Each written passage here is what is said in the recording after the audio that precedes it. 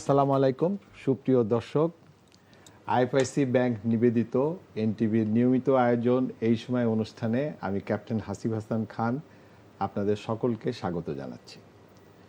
সুপ্রিয় দর্শক, একটি রাষ্ট্রের স্ট্যাবিলিটি বা মাথা উঁচু করে দাঁড়াবার মূল প্রধান শর্ত হচ্ছে তার আয় এবং ব্যয়ের ভারসাম্য। বাংলাদেশের জন্য এই আয় ব্যয়ের হিসাবটি একটু জটিল, বিশেষ করে বর্তমান ভূ রাজনৈতিক প্রেক্ষাপটে। এই জটিল বিষয়টি সহজ করে বোঝার জন্য আমরা আজকে আমাদের স্টুডিওতে দুইজন গুণী ব্যক্তিকে আমন্ত্রণ জানিয়েছি। আমার সাথে আছেন ঢাকা বিশ্ববিদ্যালয়ের আন্তর্জাতিক সম্পর্ক বিভাগের অধ্যাপক নিলয় রঞ্জন বিশ্বাস। আপনাকে স্বাগত এনটিভিতে। ধন্যবাদ।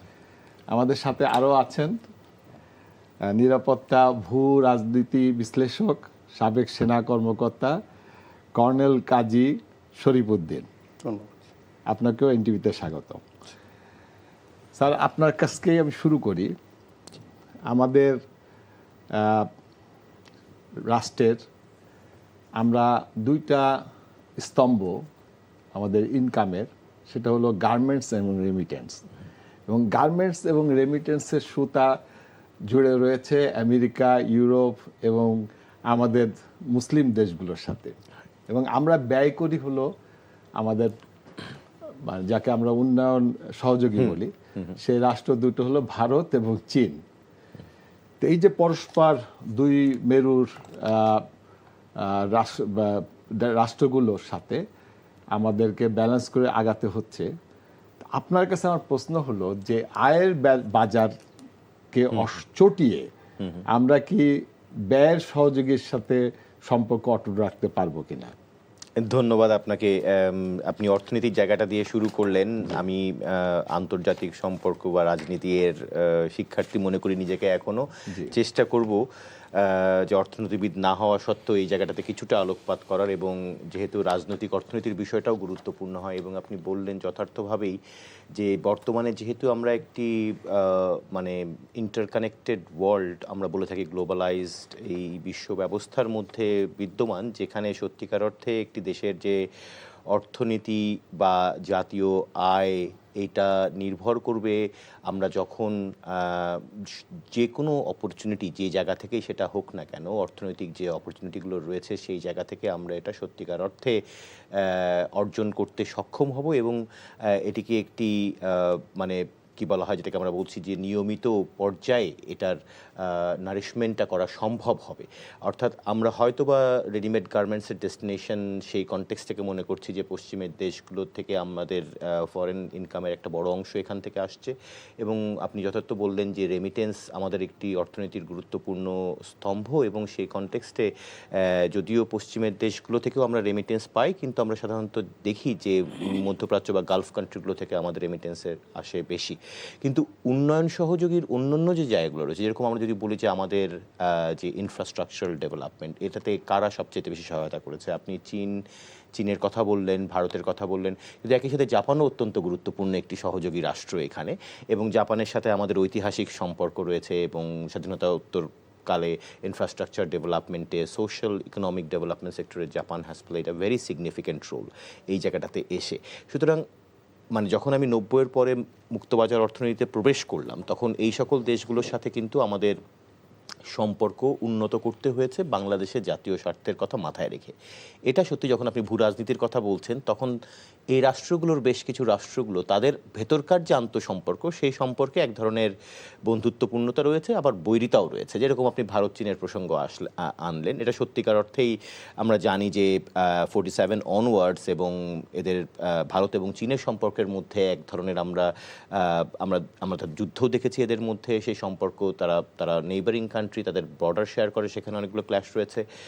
কিন্তু একই সাথে আমি মনে করি যে দক্ষিণ এশিয়ার একটি গুরুত্বপূর্ণ রাষ্ট্র হিসেবে এটা সবসময় আমাদের পররাষ্ট্রনীতিতে একটা চ্যালেঞ্জ আপনি বলতে পারেন। একই সাথে এই চ্যালেঞ্জটাকে কিভাবে আসলে আমরা মোকাবেলা করছি সেটা আমাদের জানা প্রয়োজন, বা আমাদের সেটা থেকেও আমাদের মানে লেসন্স নেওয়া প্রয়োজন, যে সত্যিকার অর্থে আমরা দুটো রাষ্ট্রের মধ্যে যে আন্তঃসম্পর্ক সেটাকে কি করে আমরা পজিটিভলি ক্যাটার করে আমাদের স্বার্থের কনটেক্সটে চিন্তা করতে পারি। অর্থাৎ হ্যাঁ, চীনের সাথেও আমাদের বন্ধুত্বপূর্ণ সম্পর্ক রয়েছে, ভারতের সাথে আমাদের বন্ধুত্বপূর্ণ সম্পর্ক রয়েছে, কিন্তু যখন সেটা জাতীয় স্বার্থের পরিপন্থী হয় তখন সেটাকে আমরা প্রপারলি রেইজ করতে পারছি কিনা এই বিষয়টাতে। চীন বৃহৎ অর্থনীতির দেশ এবং তারা যে ইনভেস্টমেন্টের মানে করতে সক্ষম, সেই পর্যায়ে ইনভেস্টমেন্ট করার মতো বর্তমান সময় কিন্তু আমরা দেখতে পাচ্ছি যে খুব একটা। আমরা তো স্যার চীন আমাদেরকে লোন দিচ্ছে, জি, চীন আমাদেরকে লোন দিচ্ছে, লোনের টাকা তো আমাদেরকে পরিশোধ করতে হবে। সুতরাং আমরা যে সমস্ত দেশের থেকে আয় করছি তাদের স্বার্থ তো আমাদের দেখতে হবে নিঃসন্দেহে। এবং এটাই আমি বলছি যে মানে পুরো রাজনীতি বা মানে আমরা যখন পররাষ্ট্রনীতির কনটেক্সটে বলি, মানে এই পুরো বিষয়টাই হচ্ছে যে এরকম করে যে একটা মিউচুয়াল ইন্টারেস্ট, অর্থাৎ আমিও আমার ইন্টারেস্ট আমার সহযোগী রাষ্ট্রগুলো দেখবে এবং সহযোগী রাষ্ট্রগুলোর ইন্টারেস্ট আমরা দেখছি। সুতরাং কোন জায়গাটায় আমরা আলোচনার কোন পর্যায়টায় আছি যেখানে একে অপরের ইন্টারেস্ট একটা কন্ট্রাডিক্টরি লেভেলে না যাচ্ছে, সেটাই কিন্তু আলোচনা, এবং সেটাই হচ্ছে কি আমরা নেগোসিয়েশন বলছি, ডিপ্লোমেসি বলছি আর কি। হ্যাঁ, মানে এখন একটা বিষয় হচ্ছে যে যেহেতু আমরা মানে বাংলাদেশের কথা বলছি, যে আমাদের পররাষ্ট্রনীতির একটা বড় জায়গায় হচ্ছে যে উন্নয়ন এবং অর্থনীতি নির্ভর, এবং উন্নয়ন এবং অর্থনীতির জায়গায় যদি আমরা মনে করি যে না ঠিক আছে আমরা আমাদের রেডিমেড গার্মেন্টসের কনটেক্সটে একটা জায়গা, বা এনার্জি এক্সপ্লোরেশনের কনটেক্সটে কার সাথে আমাদের বন্ধুত্ব সবচেয়ে বেশি হবে কি হবে না, কে ইনভেস্ট করবে কি করবে না, এই জায়গাগুলো যখন আমরা আনি, একই সাথে ইনফ্রাস্ট্রাকচার যে জায়গাটার কথা আমরা চিন্তা করছি বা চায়নার প্রসঙ্গটা যেখানে আসছে, এখানে একইভাবে আরেকজন কি কেউ ইনভেস্ট করার মতো আসছে। আপনি লোনের বিষয়টা বললেন, নিঃসন্দেহে এখনও চায়নার কাছে আমাদের যদি আমরা ইনডেটেডনেস চিন্তা করি তাহলে এটা 12 to 13%। সুতরাং এখনও কিন্তু আমাদের ঋণের জায়গাটায় আমরা ওয়েস্টার্ন সোর্সের উপর অনেকখানি নির্ভরশীল। তো ওইটা কি পুরোপুরি পরিবর্তন হতে বোধহয় আরও কিছুটা সময় লাগবে। কিন্তু হ্যাঁ, আমাদের আশেপাশের বিভিন্ন জায়গার যে এক্সপিরিয়েন্স, বিশেষ করে শ্রীলঙ্কার এক্সপিরিয়েন্স থেকে আমাদের শিক্ষা নেওয়ার বিষয় রয়েছে, তো সেটা আমাদের মাথায় রাখতে হবে। স্যার, আমি আপনাকে সাওয়ার ফিরব। ধন্যবাদ। আমি একটু কর্নেল কাজী শরীফ উদ্দিন আপনার কাছে যেতে চাই। আপনি ভূ রাজনীতিবিদ এবং নিরাপত্তা বিশ্লেষক। স্যার বলছিলেন যে উন্নয়নের জন্য একটা রাষ্ট্রের উন্নয়নের খুবই প্রয়োজন, আমাদের রোড রাস্তাঘাট এগুলো উন্নয়নের জন্য আমাদের যে চায়না আমাদেরকে যে ঋণ দিচ্ছে, এই ঋণের টাকা তো আমাদের শোধ করতে হবে, এবং ঋণের যে অর্থ আমাদেরকে দিয়েছে, আমরা অন্য অন্য সংস্থা, দাতা সংস্থাগুলোর থেকেও টাকা নিয়েছি, এবং G2G প্রজেক্টে আমরা চীনের কাছ থেকে একটা বড় অংশ টাকা নিয়েছি। এই টাকার একটা অংশ বাস্তবে যেটা হয়েছে, তার একটা অংশ আমাদের রাস্তাঘাট উন্নত হয়েছে, এটা অবশ্যই, কিন্তু একটা অংশ অপচয় হয়েছে। আর একটা অংশ এখান থেকে প্রকল্পের অর্থ বাড়িয়ে 3,000 কোটি টাকার প্রকল্পকে 5,000 কোটি টাকা করে বাকি 2,000 কোটি টাকা কিন্তু এখান থেকে আমাদের যারা প্রকল্প সংশ্লিষ্ট তাদের পকেটে গেছে। এই 2,000 কোটি টাকা আবার আমাদের এই ডলার কনভার্ট হয়ে দেশ থেকে বেড়ে চলে গেছে। তো আমরা আবারও যার পরিপ্রেক্ষিতে কিন্তু আমরা দেখেছি যে গণ আন্দোলন এবং শেখ হাসিনাকে এই দেশ থেকে পালিয়ে যেতে হয়েছে।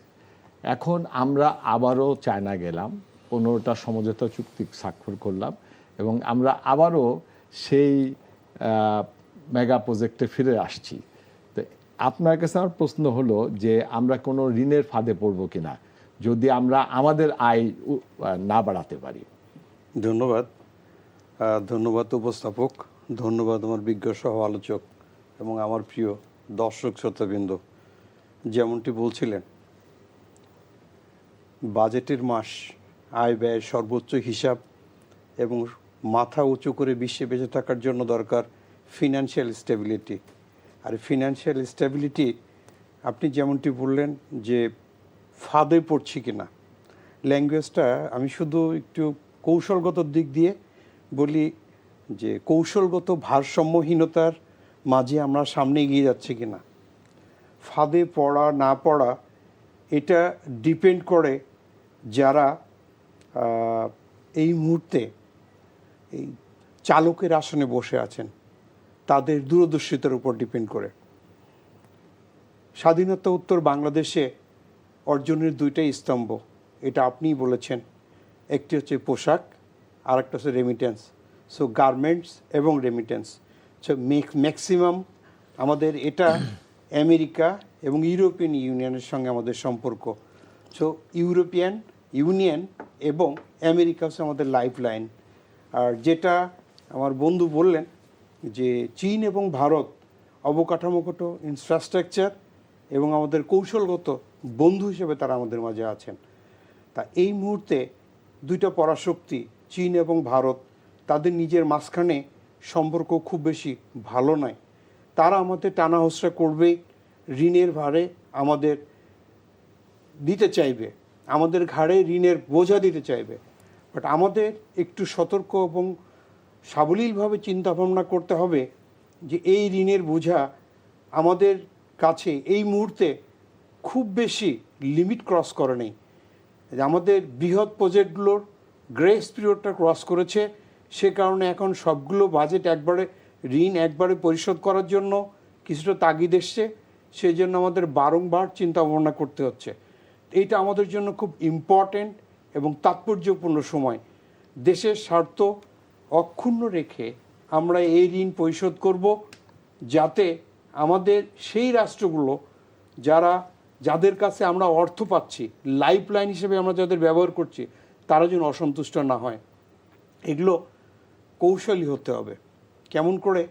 যেমন আমাদের আমেরিকার পররাষ্ট্রমন্ত্রী হেনরি কিসিঞ্জার, উনি একটা বই লিখেছেন ডিপ্লোম্যাসি, যেখানে স্পষ্ট উনি বলেছেন কৌশলী ডিপ্লোম্যাট যদি আমাদের ফিনান্সিয়াল সেক্টরটা বা অর্থনৈতিক সেক্টরটা কৌশলীভাবে ডিস্ট্রিবিউট করে এবং হস্তান্তর গ্রহণ করে, তাহলে সমগ্র বিশ্বের বুকে ছোট্ট একটা রাষ্ট্র হয়েও মেরুদণ্ড সোজা করে থাকতে পারবে।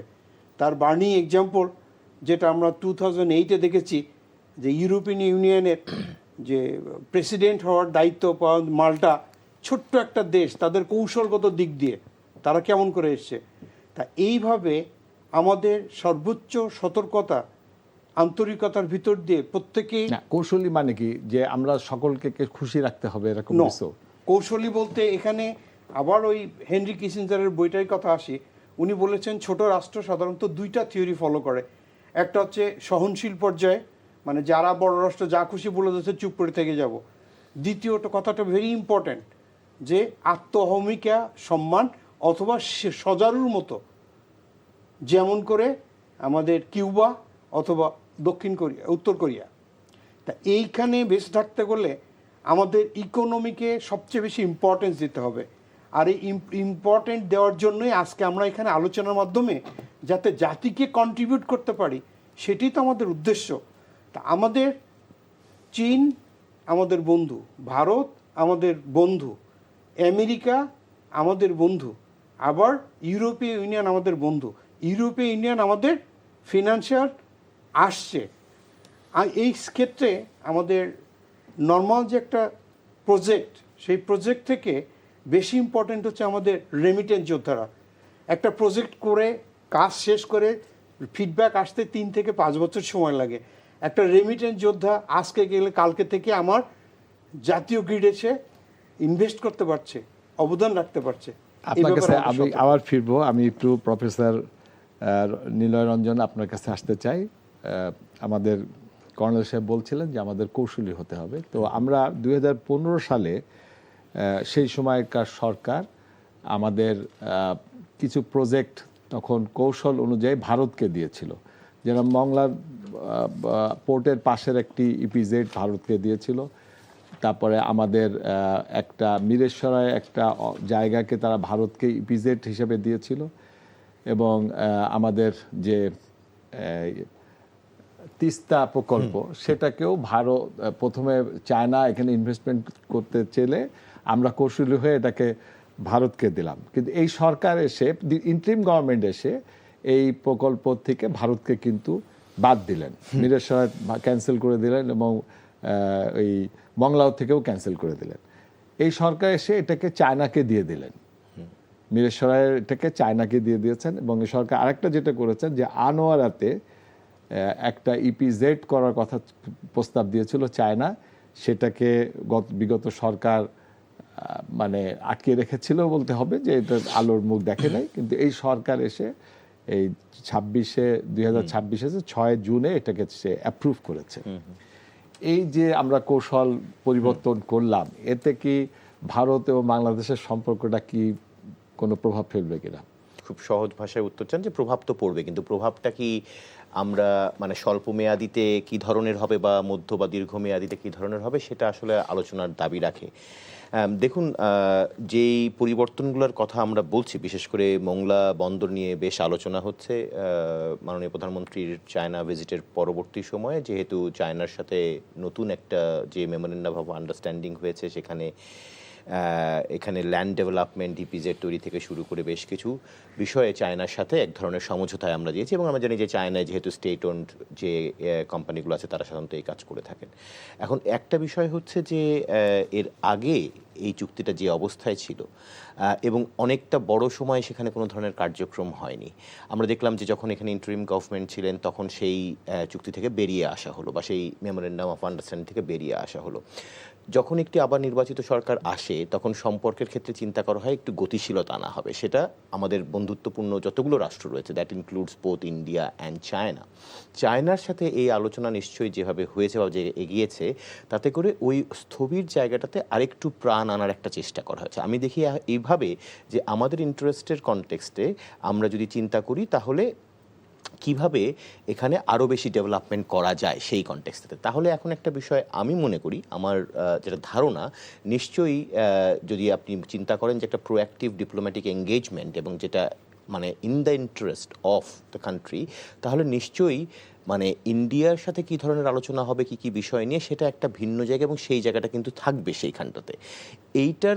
এই সিদ্ধান্তের, অর্থাৎ মোংলা পোর্টে চায়নার সাথে যে এমওইউ নতুন করে হচ্ছে, সেই সিদ্ধান্তে হয়তো বা আকস্মিকভাবে এটা মনে হতে পারে যে তাহলে কি মানে ভারতের সাথে সম্পর্কে এক ধরনের বৈরী অবস্থা তৈরি হবে কিনা বা এক ধরনের নেগেটিভ সিচুয়েশন তৈরি হবে কিনা। কিন্তু আমার দৃঢ় বিশ্বাস, এবং আমি কেন বলছি এই কথাটা, তার কারণ হচ্ছে যে আপনি যদি সোনাদিয়া পোর্টের কনটেক্সটে চিন্তা করেন এবং একই সাথে জাপানের সাথে আমাদের মাতার বাড়ি নিয়ে তখন আলোচনা চলছিল, এবং পরবর্তীতে সোনাদিয়া পোর্টের কনটেক্সটে আমরা সকলে জানি যে টেকনিক্যাল অ্যাসেসমেন্ট, সেখানে ডিপ সি পোর্ট করার ক্ষেত্রে এক ধরনের মানে অ্যাসেসমেন্টের কনটেক্সটেই আসলো যে জিনিসটা ভায়াবল হবে না, এবং চায়না সেখান থেকে সরে গেল। আমার কাছে মনে হচ্ছে যে মানে নিশ্চয়ই ভারতও একটি র্যাশনাল কান্ট্রি, চায়নাও র্যাশনাল কান্ট্রি। আমরাও চেষ্টা করছি র্যাশনালি কী করে প্রোগ্রেসিভভাবে আমাদের ইন্টারেস্টটাকে এবং মিউচুয়াল ইন্টারেস্টের কনটেক্সট থেকে এগিয়ে নিয়ে যাওয়া যায়। সুতরাং আপাত দৃষ্টিতে এর একটা ইম্প্যাক্ট মনে হতে পারে যে হয়তো বা, কিন্তু আপনি দেখেন যে একই সময়ে কিন্তু আমরা দেখছি যে ভারত সরকার, যেটা এখানে আমাদের যিনি অ্যাম্বাসেডর রয়েছেন তিনি ঘোষণা দিচ্ছেন যে ট্যুরিস্ট ভিসা ওপেন করা হচ্ছে, আজকে থেকে ওপেন হয়েছে, যে এই ঘোষণাটা আমরা 2 দিন আগে পেলাম। তাহলে যদি একেবারেই বৈরী হয় তাহলে তো মানে এটা তো কোইন্সিডেন্টাল হতে পারে না। আমরা দেখেছি যে ভারতের আমাদের সীমান্তে পুশিন করার চেষ্টা করা হচ্ছে, আমাদের বিজেপি এপাশে বন্দুক নিয়ে দাঁড়িয়ে আছে, সাধারণ মানুষরা দাঁড়িয়ে আছে, তারপরে এই ভিসা ঘোষণা করা হয়েছে। নিঃসন্দেহে ওই বিষয়টা খুবই গুরুত্বপূর্ণ, কিন্তু তার আরেকটা কনটেক্সট রয়েছে। সেটা হচ্ছে যে আমরা দেখতে পাচ্ছিলাম যে পশ্চিমবঙ্গে নির্বাচনের আগের থেকেই কোট আনকোট ইনফিলট্রেটার্স বা ভারতের রাজনীতিতে যেভাবে অনুপ্রবেশকারীর বিষয়টা বলা হয়, সেটা একটা গুরুত্বপূর্ণ বিষয় আভ্যন্তরীণ রাজনীতিতে পরিণত হচ্ছিল। এরপরে যখন আমরা পশ্চিমবঙ্গে বিজেপি সরকারকে জিততে দেখলাম, সেখানে সরকার গঠন হলো, এবং আমরা দেখলাম যে এই সংখ্যাটা, যেটা হয়তো বা কালে ভদ্রে একটা নিয়মিত গতিতে হয়ে থাকে, সেটা অনেক সংখ্যায় বা একটা গুরুত্বপূর্ণ সংখ্যায় দেখলাম। এবং আমাদের এখান থেকেও বলা হলো যে বিষয়টা একটা প্রকৃত পদ্ধতি ফলো করে, যেটা বিডিআর বিএসএফ পতাকা বৈঠকের মাধ্যমে বা যে প্রক্রিয়াটা তাদের মধ্যে রয়েছে সেভাবে হওয়া উচিত।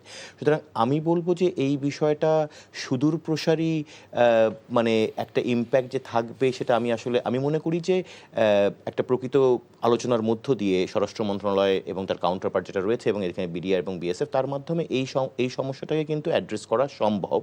এবং যদি দুই পক্ষ থেকে একটা প্রকৃত উইল থাকে, আমি ওটাকে আসলে খুব খুব গুরুতর রূপে যে মানে গুরুত্ব দিচ্ছি, কিন্তু এতটা গুরুত্ব না যেটা সম্পর্ককে অনেকখানি বৈরিতায় নিয়ে যাবে। এবং আমি মনে করি একটা র্যাশনাল অ্যাক্টর হিসেবে এখানে ইন্ডিয়া এবং চায়না দুজনেই বাংলাদেশের ইন্টারেস্টের জায়গাটা এবং মিউচুয়াল ইন্টারেস্টের জায়গাটা দেখেই আর কি, মানে সম্পর্কের যে দীর্ঘ মানে মেয়াদি যে ফলন, বা আমরা যদি বলি যে একটা সাস্টেইনেবল রিলেশনশিপ, সেই জায়গাটাতে এগিয়ে যেতে পারবে। কর্নেল শরীফ, আপনার কাছে আসতে চাই। মংলা আমাদের একটা পোর্ট, আমাদের 2টা পোর্ট ইনফ্যাক্ট এখন, আর একটা হলো চিটাগং। ঠিক মংলা পোর্টের পাশেই 110 একর জায়গায় চায়না এখন এখানে আসছে। আবার ওইদিকে চিটাগং পোর্টের পাশে আনোয়ারা, ওখানে প্রায় EPZ 800 একর জায়গা নিয়ে তারা এক্সক্লুসিভ ইপিজেড করছে। এবং আপনি দেখেছেন যে চায়না সফরে তারা একটা প্রস্তাব দিয়েছে আমাদেরকে, সেটা হলো ইকোনমিক করিডোর। এবং করিডোরটা মেইন যেটা হচ্ছে সেটা হলো যে আমাদের এই পোর্ট, বাংলাদেশের পোর্ট, বাংলা পোর্ট, যেখানে তারা ইতিমধ্যে চলে গেছে, এবং ওইখানে চিটাগংয়ের পাশের যে পোর্ট আনোয়ারাতে সেটা, এবং এইখান থেকে মিয়ানমার হয়ে চায়না, এইটা একটা অর্থনৈতিক করিডোর বলতে। এই যে চায়নার একটা শক্তিশালী প্রবেশ এখানে, এটাকে ভারত কিংবা আমেরিকার উপরে কি প্রভাব বিস্তার করতে পারে আপনার নিরাপত্তা এবং ভূ রাজনীতির বিশ্লেষক হিসাবে? ধন্যবাদ। Very good and challenging question. যখন আমাদের মোংলা বন্দর স্ট্যাগনেন্ট, অপারেশনাল দিক দিয়ে স্টপ ছিল, বা চিটাংয়ের সিপোর্ট পরিপূর্ণ সাকসেসভাবে কাজ করতে পারছি না, তার থেকে যদি ফুললি অপারেশন হয় তাহলে তো এটা আমাদের দেশের জন্য ভালো। ভারত প্রতিবেশী রাষ্ট্র, যেহেতু আমাদের পাশেই, এই দুইটা বন্দরের পাশেই তাদের চিকেন নেক, শিলিগুড়ি আছে, তো একটা স্ট্র্যাটেজিক ডিসস্যাটিসফ্যাকশন বা ডিসকমফোর্ট তাদের থাকতেই পারে।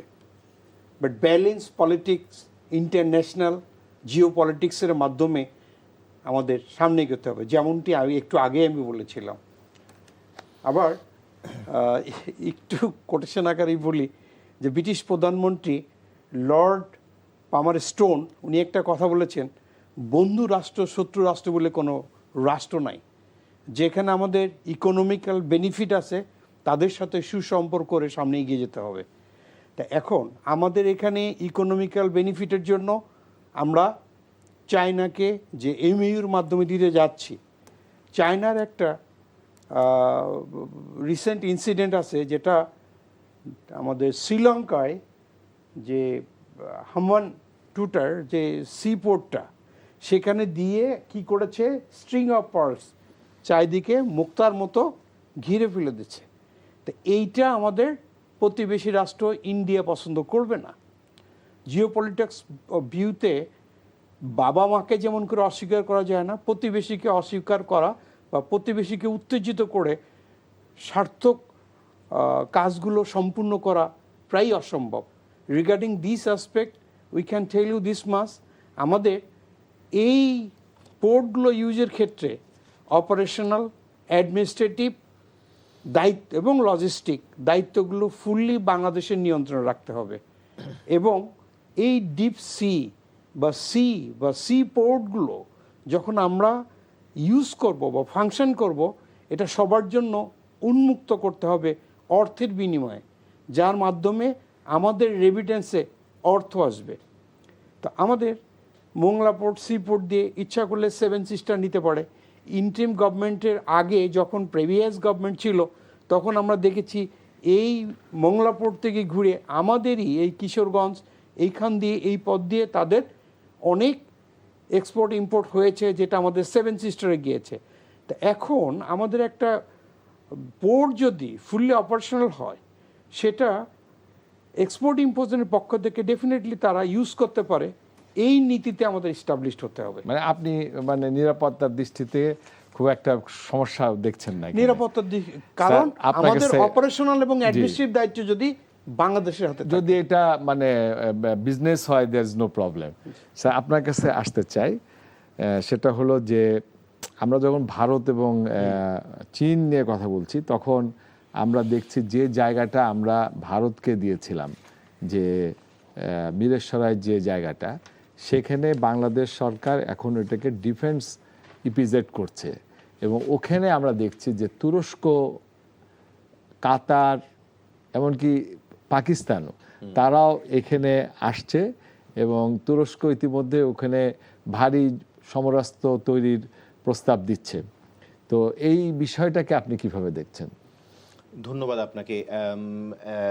খুব বিস্তারিতভাবে এই বিষয়টা আমার জানা নেই যে কারা ইন্টারেস্টেড বা এই ধরনের এমও, কিন্তু তুরস্কের ব্যাপারে কিছুটা আমরা জানি, এবং এইটি কিন্তু আরও বেশ কিছুটা আগের সময় থেকে, মানে ইভেন ইন্টারিম গভর্নমেন্টের আগের সময় থেকে, বিগত আওয়ামী লীগ সরকারের সময় থেকে আমরা জানি যে যেহেতু আমরা চেষ্টা করছিলাম এবং এখন এই চেষ্টাটা থাকা উচিত, এবং যে কোনো রাষ্ট্র যার মানে যার লক্ষ্যটা থাকবে যে একটা উন্নত রাষ্ট্র হিসেবে সামনে স্থাপিত হওয়া, তার কিন্তু একটা গুরুত্বপূর্ণ বিষয় হচ্ছে যে আমরা বলি যে ডিফেন্স ইন্ডিজিনাইজেশন, অর্থাৎ আমাদের যে সামরিক খাত, সেই সামরিক খাতে পরনির্ভরশীলতা থেকে আমরা কি করে আস্তে আস্তে নিজেরা এই টেকনোলজি অর্জন করতে পারি এবং সেটা উৎপাদন করতে সক্ষম হই, এবং সেটা আমাদের নিরাপত্তা এবং অর্থনৈতিক যে জায়গাটা, সেই জায়গাটাকেও সুদৃঢ় করে। সো এই কনটেক্সট থেকে আমরা কিন্তু দেখেছি যে যদি আপনি চিন্তা করেন যে আমরা এখনও জানি যে আমাদের 2/3 ডিফেন্স অ্যাকুইজিশন আমরা চায়না থেকে করে থাকি, চায়নার উপর এক ধরনের নির্ভরশীলতা আছে, এবং যে জায়গাটা আস্তে আস্তে কিন্তু মানে নিজের টেকনোলজির কনটেক্সটে বা অন্য জায়গাগুলোতেও কী করে মানে এটা বিস্তার করা যায়। একটা বিষয় হচ্ছে যে আপনি হয়তো চিন্তা করছেন যে ঠিক আছে, এখানে তুরস্ক বা পাকিস্তানও রিসেন্টলি ইন্টারেস্ট শো করেছে, বিশেষ করে আমাদের এয়ারফোর্সের কনটেক্সট থেকে, তো আমরা এই জায়গাটাকে বিস্তার করব কিনা। এটার একটা দিক যেরকম রয়েছে সেটা হচ্ছে যে অর্থনৈতিক যেই মানে আমি যেটা বলবো যে কস্ট বেনিফিট ক্যালকুলেশন, আরেকটা জায়গা রয়েছে অবশ্যই জিও স্ট্র্যাটেজিক, যে আমরা এই জায়গাটাতে কতটুকু মানে কার সাথে এবং কিভাবে আমরা এই সম্পর্কের দিক থেকে আগাবো। সুতরাং আমি মনে করি এই সকল কিছু বিচার বিবেচনা করে এই সিদ্ধান্তটার ক্ষেত্রে আমাদের সামনে যাওয়া উচিত। তুরস্ক আমাদের অত্যন্ত গুরুত্বপূর্ণ বন্ধু রাষ্ট্র, এবং মানে তুরস্ক নেটোর মেম্বার স্টেট, এটা আমাদেরকে চিন্তা করতে হবে। ইউরোপের অনেক সিদ্ধান্ত, ইউরোপীয় ইউনিয়নের অনেক, যদিও তারা ইউরোপীয় ইউনিয়নের মেম্বার নয়, কিন্তু ইউরোপিয়ান গ্রেটার কনটেক্সট থেকে যদি আমরা চিন্তা করি, বাংলাদেশের একটি অত্যন্ত গুরুত্বপূর্ণ সমর্থক রাষ্ট্র, রোহিঙ্গা ইস্যুতে তারা হেল্প করে থাকেন বিভিন্নভাবে। সুতরাং আমি মনে করি যে এখানে আমাদের নিঃসন্দেহে খুব চিন্তার সাথে এবং সুচিন্তিতভাবেই আগানো উচিত এই জায়গাগুলোতে, যেহেতু এটাও সত্যি যে আমরা সত্যিকার অর্থে ইউরোপিয়ান যে প্রোডাক্টগুলো রয়েছে, ডিফেন্স হাই ভ্যালু প্রোডাক্ট, সেটাকে কিন্তু আমরা ওইভাবে কি আমরা অ্যাকোয়ার করতে সক্ষম হব কিনা, তাহলে আমাদের জন্য বেটার অপশন কি চাইনিজ প্রোডাক্ট ছাড়াও, এবং এই ইন্ডিজিনাইজেশন অর্থাৎ আমাদের সক্ষমতা তৈরির ক্ষেত্রে কোন কোন দেশ এখানে সহায়তা করবে। সুতরাং আমি মনে করি যে মানে ডিফেন্স ইন্ডিজিনাইজেশনের কনটেক্সট থেকে আমাদের আরও নতুন সোর্স এক্সপ্লোর করা প্রয়োজন। এখন এটা কি এই গোষ্ঠী হবে নাকি অন্য কেউ হবে, সেটা তো ডেফিনেটলি আমাদের যে লক্ষ্যমাত্রা পৌঁছানোর এবং আমাদের যে সামর্থ্য, সেই জায়গাটার উপর নির্ভর করবে। আমি এখনই এই জায়গাটাতে আসলে অন্য কোনো ধরনের চিন্তা আনতে চাইছি না। আমি এটাকে এখনও দেখতে চাইছি যে আমাদের যে সামরিক সক্ষমতা, সেটা তৈরির ক্ষেত্রে তুরস্ক has emerged as a significant defence. সবাই বলছে যে আমরা একটা ভূ রাজনীতি না দেখে আমরা এটাকে বিজনেস ভাবে দেখি। ভূ রাজনীতিটা অত্যন্ত গুরুত্বপূর্ণ হবে সত্যিকার অর্থে, এবং দক্ষিণ এশিয়ায় কিন্তু আমরা বুঝি যে এই রাষ্ট্রগুলো, বা বিশেষ করে যদি আমরা কনভেনশনাল এক্সট্রা রিজনাল পাওয়ার চিন্তা করি, আমেরিকা বা চায়নার বাইরে, মানে তুরস্ক অবশ্যই একটা গুরুত্বপূর্ণ শক্তি হিসেবে এখানে ইমার্জ করছে। কর্নেল শরীফ, আপনার কাছে আবার আসতে চাই যে আমরা যতটুকু আলোচনা করলাম যে চীন যদি এসে আমাদের ইপিজি ট্রেডগুলো তৈরি করে তাহলে আমাদের কোনো সমস্যা নাই, কিন্তু ব্যয় বাড়লে তো রাষ্ট্রের জন্য সমস্যা, আমাদের তো আয় করতে হবে। চীনের যে বিনিয়োগ, সেই বিনিয়োগকে তো আমাদের ফেরত দিতে হবে, কারণ এটা লোন হিসেবে তারা দিচ্ছে আমাদেরকে। তো আমাদের ভূতত্ত্ববিদরা এবং যারা আন্তর্জাতিক বিভিন্ন সংস্থা, তারা বলছেন যে আমাদের দেশে প্রচুর পরিমাণ গ্যাস এবং তেল আছে, এবং এই গ্যাস তেল উত্তোলন আমাদের প্রয়োজন কিনা, আপনি কি মনে করেন? ধন্যবাদ। আমি সেনাবাহিনীতে কর্নেল হিসেবে রিটায়ারমেন্ট এসেছি। Before that I was student of geology and mining ইউনিভার্সিটিতে। তো কোনো দেশ যদি রাতারাতি বা অতি স্বল্প সময়ে বড় হতে চায়, তাহলে হয় আলাউদ্দিন আশ্চর্য প্রদীপ লাগবে, অথবা মাটির নিচ থেকে খনিজ সম্পদের সন্ধান পেতে হবে। দীর্ঘদিন আগে ইভেন যখন ব্রিটিশ গভর্নমেন্ট ছিল, তখন একটা জিওলজিক্যাল সার্ভে করেছে বঙ্গোপসাগরে। সেখানে তারা বলছে এত মূল্যবান ব্লু ইকোনমি আমাদের এখানে আছে। আপনি জানেন যে আমাদের যে ট্রেইলগুলো সাধারণত ডিপ সিতে এবং হিল রিজে নিচে ইউরেশন, ডিপোজিশন অ্যান্ড ট্রান্সপোর্টেশনের মাধ্যমে খনির উৎপত্তি হয়, যেটা আমাদের সীতাকুণ্ড পাহাড়ের রেজের শেষ প্রান্তে মিয়ানমার খনি পেয়েছে, যেটা আমাদের ব্লু ইকোনমির এই 200 মাইল বা 200 কিলোমিটারের সমুদ্র প্রান্তের শেষ প্রান্তে গিয়ে ইন্ডিয়া একটা সন্ধান পেয়েছে। Why not it is for me as a soil or son of the soil we should say যে বাইরের যে সর্বোচ্চ শক্তি নিউট্রালভাবে যারা কাজে আসক্তি, কাজ করার অভিজ্ঞতা যাদের আছে, তাদেরকে নিয়ে এসে আমাদের সেই আজ থেকে 40 বছর আগে জেনেছি যে গ্যাস আছে ওই গ্যাস দিয়ে 200 বছর চালানো যাবে। তা আমাদের সে 200 বছর বা 100 বছর যেটাই হোক, ইকোনমিক্যাল পয়েন্ট অফ ভিউ আমরা একটু weak. That's why we need to seek help from economic based country, but it cannot be only one country. শুধুমাত্র চায়না বাট শুধুমাত্র ইন্ডিয়ার উপর আমাদের ঝুলে পড়লে চলবে না।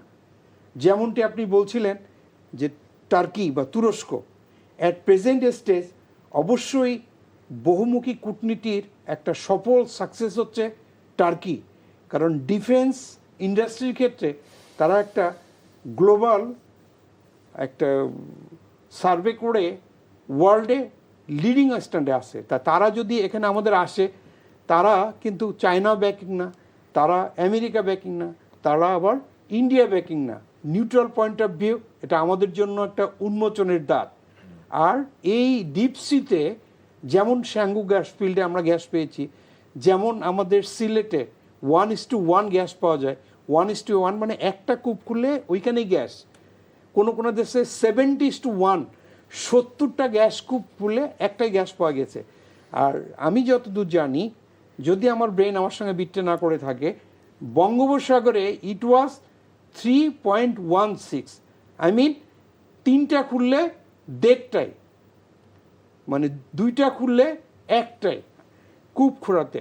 যেমন রিসেন্টলি আমাদের বরিশালে কিছুটা তথ্য পাওয়া গেছে। তা আমাদের সংক্ষিপ্ত সময়ে বড় হতে গেলে এই ব্লু ইকোনমিক পারফেক্টলি ইউটিলাইজ করতে হবে ওয়ার্ল্ড ইকোনমির মাধ্যমে। আপনার কাছে আসি, নিলয় রঞ্জন বিশ্বাস, আপনার কাছে আসি। কর্নেল সাহেব বলছিলেন যে আমাদের অবশ্যই আয় বৃদ্ধি করতে গেলে আমাদেরকে গ্যাস উত্তোলনের দিকেই মনোযোগ দিতে হবে। তো আমাদের, এবং উনি তথ্য দিচ্ছিলেন এবং অন্যান্য ভূ তত্ত্ববিদরাও বলেছেন যে আমাদের ডিপ সিতে প্রচুর পরিমাণ গ্যাস তেল থাকার সম্ভাবনা প্রবল। কারণ হলো যে আমাদের পাশেই মিয়ানমার গ্যাস উঠাচ্ছে এবং এটাকে পাইপ লাইন দিয়ে 2225 কিলোমিটার তারা নিয়ে গেছে চায়নার ভিতরে। আবার ইন্ডিয়াও এটা করতেছে। তা আমাদের এই ডিপ সিতে কর্নেল সাহেব বলেছেন যে যারা উপযুক্ত তাদেরকে দিয়ে করতে হবে। তো এবং ডিপ সিতে আধুনিক, মানে সর্বাধুনিক যে প্রযুক্তি, এটা আমেরিকার রয়েছে, পশ্চিমা দেশগুলো রয়েছে। আমেরিকার সাথে আমি আগেও বলেছি যে আমাদের গার্মেন্টস ব্যবসা রয়েছে, তো তাদের সাথে আমাদের রেসিপ্রোকাল ব্যবসা রয়েছে। তো সুতরাং আমরা ইতিমধ্যেই এই সরকার এসে টেন্ডার ফ্লট করেছেন। এই টেন্ডারে যদি আমেরিকান কোম্পানিরা এই কাজ পায়, তাহলে আমাদের যে গার্মেন্টস রপ্তানি হচ্ছে এবং এখান থেকে তারা যদি এটাকে একটা গ্যাস ডিপ্লোমেসি করা সম্ভব কিনা, আপনি কি মনে করেন? অনেক অনেক ধন্যবাদ আপনাকে। গুরুত্বপূর্ণ বিষয়, কিছুটা টেকনিক্যালও বটে, এবং আমি জানি যে মানে জাস্ট অ্যাজ এ রিডার যখন ফলো করি, বিশেষ করে বাপেক্স বা আমাদের যে পলিসিগুলো রয়েছে এই জায়গাটা থেকে, এবং বিভিন্ন সময় কিন্তু আমাদের আন্তর্জাতিক বিভিন্ন কোম্পানির সাথে এগুলো নিয়ে ক্রাইসিস হয়েছে, আমরা নাইকো জানি বা আর অন্যান্য যে বিষয়গুলো। কিন্তু আমরা জানি যে ইউএসের বা গ্লোবালি যে কোম্পানিগুলো সবচেয়ে বেশি এক্ষেত্রে পারদর্শী, সেগুলো এখনও পশ্চিমের দেশগুলো থেকে আসে। এবং টার্মস অ্যান্ড কন্ডিশনস বা বাংলাদেশ আসলে কী ধরনের টার্মস অ্যান্ড কন্ডিশনস রাখতে চায়, এটা আমরা নিঃসন্দেহে, এবং আমি পরিপূর্ণভাবে সহমত আমার সহ আলোচকদের সাথে যে এক্সপ্লোরেশন ইজ ইম্পর্টেন্ট। আমরা আইনে মানে ইন্টারন্যাশনাল ট্রাইব্যুনাল থেকে জিতলাম এবং আমাদের সভরেন রাইটস আমরা স্টাবলিশ করলাম, কিন্তু তখনই এটা প্রকৃত অর্থে স্টাবলিশ হবে আমাদের এক্সক্লুসিভ ইকোনমিক জোনগুলোর উপরে, যখন সেটা আমরা এক্সপ্লোর করতে সক্ষম হব। খুব স্বাভাবিকভাবে আমাদের নিজস্ব সক্ষমতা এখানে নাই, এবং সেটার জন্য আমাদের সহযোগী বন্ধু রাষ্ট্রগুলোর কাছ থেকে এই সহযোগিতা চাইতে হবে। ইউনাইটেড স্টেটস বা পশ্চিমের যে দেশগুলো, বড় যে মাল্টিন্যাশনাল কর্পোরেশনসগুলো রয়েছে, তারা এই জায়গাগুলোতে এগিয়ে আসেন সাধারণত এই ক্ষেত্রে, কিন্তু একটা বিষয় হয়ে যায় যে সেটা হচ্ছে যে আমাদের চাহিদার সাথে যে শর্ত বা আমরা সাধারণত দিয়ে থাকি এবং একই সাথে তারা যেইভাবে কাজ করেন সেটা মিল হওয়া প্রয়োজন। আমি দেখি যে এখানটাতে একটা বড় ধরনের ক্রাইসিস তৈরি হয়। একই সাথে এটাও এক্সপ্লোর করা প্রয়োজন যে অন্য কারা এখানে আরো বিডার হতে পারেন বা আরো এখানে ইন্টারেস্টেড হতে পারেন, বা একটা স্বচ্ছ প্রক্রিয়ায় এই প্রক্রিয়াটা সম্পন্ন হওয়া উচিত। ইন্টারফেয়ার করি আমরা, আপনাকে ইন্টারাপ্ট করতেছি, সরি প্লিজ। যে আমরা এর আগে একবার টেন্ডার করেছিলাম এবং ওইখানে আমরা ভারতীয় কোম্পানিরা এদেরকে দিয়েছিলাম। তো ভারতীয় কোম্পানিরা টেন্ডারে কাজটা পেয়েছিল, ভারতীয় কোম্পানিকে আমরা দিয়েছিলাম। ভারতীয় কোম্পানি 12 বছর সেখানে থেকে তারা বলেছে আমাদের গ্যাস তেল নাই। তো এইখানে কি শুধু টেন্ডারটাই কি মানে মানে আমি কি বুঝতে চাইছি না, অবশ্যই মানে এই প্রক্রিয়াতে মানে মানে স্বচ্ছতার জায়গাটা তো হচ্ছে গিয়ে যে সত্যিকার অর্থে মানে সক্ষমতা আছে কিনা, এই সক্ষমতা বা যে যাদেরকে আমরা কাজ দিচ্ছি সেও প্রকৃত অর্থে সক্ষম কিনা সেটাও এখানে অ্যাসেসমেন্ট করার বিষয় রয়েছে নিঃসন্দেহে। এবং মানে মানে আমরা অবশ্যই এক্সপেক্ট করছি যে এখান থেকে যে সম্পদ উত্তোলন হবে সেই সম্পদ বাংলাদেশের মানুষের এবং আমাদের দেশের অর্থনীতির ক্ষেত্রে এটা গুরুত্বপূর্ণভাবে ব্যবহৃত হবে। সুতরাং সেই জায়গাটাকে মাথায় রেখে একটা স্বচ্ছতার সাথে এই জিনিসটা সম্পাদন করা এবং পরবর্তীতে যাতে করে এখান থেকে যে ধরনের বেনিফিট আমরা পাচ্ছি সেটা বাংলাদেশের অর্থনীতিকে আরো সমৃদ্ধ করতে সক্ষম হয়। এবং অনেক ক্ষেত্রে জয়েন্ট ভেঞ্চারও গুরুত্বপূর্ণ হয়ে যায় না, জয়েন্ট ভেঞ্চার করারও বিষয় রয়েছে। এবং আমরা যদি একটু দেখি যে আমাদের দক্ষিণ পূর্ব এশিয়ার দেশগুলো, আসিয়ানভুক্ত দেশগুলো যারা সমুদ্র এই যে ব্লু ইকোনমির যে জায়গাটা রয়েছে এটাকে আরো ভালোভাবে কিন্তু তারা ব্যবহার করেছে, সেই উদাহরণ থেকে কি আমরা শিখতে পারি কিনা? সবসময় যে পশ্চিমের দিকেই দেখতে হবে এমন না, যে আমাদের পূর্বের যারা সহযোগী রাষ্ট্রগুলো রয়েছে, ইন্দোনেশিয়া অনেক বড় কোস্টলাইন রয়েছে, তার প্রচুর সমুদ্র সীমা নিয়ে তারা ডিল করেন আর কি। মালয়েশিয়ারও একই অবস্থা। এই যে দেশগুলো রয়েছে তাদের কি অভিজ্ঞতা, সেখান থেকে কি আমাদের শেখার কিছু রয়েছে কিনা সেটাও কিন্তু আমরা একটু দেখতে পারি আমার কাছে মনে হয়। এবং এর মাধ্যমে ব্লু ইকোনমিটাকে আমাদের মানে জাতীয় অর্থনীতির একেবারে পার্ট অ্যান্ড পার্সেল করা, এটা নিয়ে নীতিমালা প্রচুর রয়েছে, প্রচুর আমরা কথা শুনেছি, কিন্তু সত্যিকার অর্থে এই এক্সপ্লোরেশনটা এবং এটাকে বাস্তবায়ন করাটা আমার মনে হয় যে এখনই আমাদের গুরুত্বপূর্ণ সময়। কর্ণেশ শরীফ, আপনার কাছে যেতে চাই এই পয়েন্টটা নিয়েই, যে স্যার বলছিলেন যে শুধুমাত্র আমেরিকা না করে আরও অন্য অন্য দেশের সাথে আমরা যেতে পারি কিনা, কিন্তু আমেরিকার সাথে আমাদের একটা ব্যবসা রয়েছে ইতিমধ্যেই, যে আমাদের গার্মেন্টস তাদের দেশে যাচ্ছে এবং আমরা একটা চুক্তিও করেছি তাদের সাথে, রেসিপ্রোকাল ট্রেড চুক্তি, এবং আরেকটা চুক্তি আলোচনার টেবিলে আছে। তো এই সব মিলে আর আমাদের যদি আমেরিকান কোম্পানি এই বঙ্গোপসাগরে গ্যাস তেল উঠাতে আসে, তাহলে এই এলাকায় কি ধরনের নিরাপত্তা এবং ভূ রাজনীতি প্রভাব পড়তে পারে বলে আপনি মনে করেন? ধন্যবাদ। Again very challenging question. প্রথম হচ্ছে আমেরিকার সাথে আমাদের একটা বিজনেস আছে, এই বিজনেসটা আমাদের সঙ্গে বাইলেটারাল ইস্যু স্বাক্ষর হয়েছিল 9 ফেব্রুয়ারি, যেখানে আমাদের 12 ফেব্রুয়ারি ইলেকশন হয়েছে। তা এখানে প্রত্যেকটা বাইলেটারাল ইস্যু যখন সাইন হয় তখন তার কিছু ব্যাকগ্রাউন্ড থাকে। ওই ব্যাকগ্রাউন্ড আমাদের অনেক কিছুই পজিটিভলি জানি, অনেক কিছু নেগেটিভলি জানি। কিন্তু এই আজকের কথা যেটা বলতে চাই, যে ওই বিজনেস ওই ট্রিটির সঙ্গে এইটার কোনো সম্পর্ক নাই। যদি আমরা মাইনিং রিসোর্স বা আমাদের খনিজ সম্পদ আহরণের কাজে আমরা ব্যবহার করি, আমাদের এই মুহূর্তে বিশ্বে প্রায় 197টা স্বাধীন দেশ। উন্মুক্ত টেন্ডারের মাধ্যমে দিলেই যদি, আমার বন্ধু যেটা বললেন যে প্রতিবেশী, আপনি উপস্থাপক হিসেবে বলেছেন প্রতিবেশী রাষ্ট্র আমাদের এসছে, 12 বছর রিসার্চ করে আমরা সেখান থেকে কিছু পাইনি। নেগেটিভ পয়েন্টে আমরা না গিয়ে বলি যে তাদের হয়তো সেই সক্ষমতা নাই।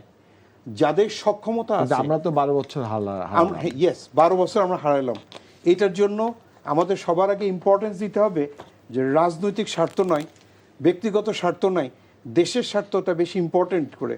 আর দেশের স্বার্থ ইম্পর্টেন্ট দিতে গেলে আমাদের কি হতে হবে, দেশপ্রেমিক হতে হবে।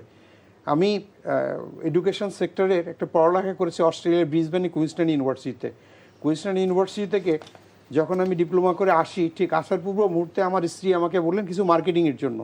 তা আমি হঠাৎ করে ওই অনলাইনে কল করে একটা ট্যাক্সি ড্রাইভারে নিয়ে আমি একটা মার্কেটে গিয়ে বললাম যে ভালো যেখানে জিনিসপত্র পাওয়া যায় আমাকে কিনে দাও। তো উনি আমাকে ওখান থেকে নিয়ে একটা মার্কেটে নিয়ে গেলেন। গিয়ে দেখি যে লেখা আছে China market. I become furious যে ভাই, আমি বললাম ভালো একটা মার্কেটে, আপনি চায়না মার্কেটে দিলেন কেন, এখানে কেন আনলেন? আমি রেগে গেছি। উনি বললেন প্লিজ আপনি আমাকে ট্যাক্সি ভাড়া দিয়েন না, কিন্তু এই মার্কেট থেকে কিছু ক্রয় করুন। সো তার একজন ট্যাক্সি চালকের চায়না থেকে অস্ট্রেলিয়া গিয়ে দেশপ্রেমের উদাহরণ দেখে আই স্যালুট হিম। তা আমাদের দেশের যারা এই দায়িত্বগুলো বিভিন্ন জায়গায় বুঝিয়ে দেবেন যে সমুদ্রের তলদেশে কিছু আছে কি নাই, যদি সঠিক লোকের কাছে দেয় তো সঠিক রিসার্চের মাধ্যমে ওই 12 বছর হারাতে হবে না। পৃথিবীতে এস্টাবলিশড হতে গেলে 4টা লিগ লাগে। একটা হচ্ছে পারিপার্শ্বিক relation, dime diplomat relation, information. বর্তমান বিশ্ব বিদ্যুৎ গতিতে ন্যানো টেকনোলজিদের সামনে দিকে এগিয়ে চলেছে। আমরা যদি প্রতিবেশী এবং উন্নত রাষ্ট্রের সাথে তাল না মিলিয়ে যায়, সায়েন্স টেকনোলজির সাথে মিলে না যায়, তাহলে আমরা পিছিয়ে পড়ে যাব। 3 নম্বর হচ্ছে economy, that is the most important. যে ইকোনমিক্যাল স্ট্যাবিলিটি যদি আমাদের না আসে, যদি আমাদের কোনো বন্ধু না থাকে, তাহলে তো আমাদের রেসে পিছিয়ে পড়ে যাব। স্যার, আমরা আলোচনার একদম শেষে আমরা প্রথম থেকেই কথা বলছিলাম যে আমাদের আয় এবং ব্যয়ের মধ্যে যদি সামঞ্জস্য না থাকে তাহলে রাষ্ট্র বিপদে পড়বে। তো আমাদের আলোচনায় যেতে আমরা স্যারের কাছে আসি যে আমাদের আয় বাড়াতে হবে, এবং আয় বাড়ানোর একটা বড় উৎস হলো আমাদের গ্যাস, এটাকে আমাদের তুলতে হবে। এবং আমাদের যে গার্মেন্টস শিল্প রয়েছে সেইটাকে ইউরোপ এবং আমেরিকা যাতে সচল থাকে সে ব্যবস্থা করতে হবে। তো আপনি সরকারকে কি উপদেশ দিবেন একজন বৈশেষজ্ঞ হিসাবে? সাজেশন বলতে পারেন আর কি কিছুটা এই ক্ষেত্রে। আমি বলি যে 1 মিনিটের মধ্যে বলুন। অবশ্যই, মানে আয় বাড়ানোর জায়গাটা অত্যন্ত গুরুত্বপূর্ণ, এবং সেক্ষেত্রে এনার্জি জায়গাটা আপনি নিজেই এখানে গুরুত্বের সাথে আলোচনা করেছেন, এবং আমরাও সেটা মনে করি আর কি। একটা জায়গা গুরুত্বপূর্ণ, সেটা হচ্ছে যে মানে অল্টারনেটিভ সোর্সেস অফ ইনকাম কি। এবং আমার দৃঢ় বিশ্বাস, যেটা আমাদের যারা বিজ্ঞ অর্থনীতিবিদ রয়েছেন, উন্নয়ন বিষয়ে যারা বিশেষজ্ঞ, তারা বারবারই বলছেন আর কি, যে রেডিমেড গার্মেন্ট সেক্টর এবং রেমিটেন্সের ছাড়াও আর কি কি সেক্টরে আমরা আসলে আমাদের মানে আয়ের ক্ষেত্রগুলো মানে আরও বাড়াতে পারি। যদি খুব হার্ডকোর ইন্ডাস্ট্রি নাও হয়, মানে সেক্ষেত্রে আমরা ফার্মাসিউটিক্যাল ইন্ডাস্ট্রিজ কথা বলছি, এগ্রিকালচারাল বাই প্রোডাক্টের কথা বলছি, লো স্কিল্ড ওয়ার্কারের বাইরে সেমি স্কিল্ড এবং হাই স্কিল্ড ওয়ার্কার, এবং সেখান থেকে রেমিটেন্স আসার কথা বলছি। সেই জায়গাগুলো আমাদের আসলে চিন্তা করা উচিত। আমাদের আজকে শেষ করছে। আপনাদের দুজনকে অসংখ্য ধন্যবাদ। সুপ্রিয় দর্শক, আপনারা শুনছিলেন আমাদের দুজন গুণী ব্যক্তিকে। তারা বলছিলেন যে আমাদের আয় বৃদ্ধি করার জন্য আমাদেরকে আরও নতুন নতুন সেক্টর খুঁজতে হবে, এবং সেই সাথে আমাদের প্রতিবেশী রাষ্ট্র ভারতের সাথে আমাদের সুসম্পর্ক রাখতে হবে, চীনের সাথে আমাদের সুসম্পর্ক রাখতে হবে, এবং আমাদের যে রাষ্ট্রগুলোর থেকে আমরা ইনকাম করছি তাদের সাথে সুসম্পর্ক রাখতে হবে। এগুলো সব রেখে একটা মধ্যপন্থী দিয়ে আমাদের বাংলাদেশ ফার্স্ট এই পলিসিতে আগাতে হবে। সুপ্রিয় দর্শক, আজকে আমরা এখানেই শেষ করছি। আগামীতে আবারও আপনাদের সাথে দেখা হবে নতুন কোনো পর্বে। ততদিন ভালো থাকবেন, সুস্থ থাকবেন, এনটিভির সাথে থাকবেন। আসসালামু আলাইকুম।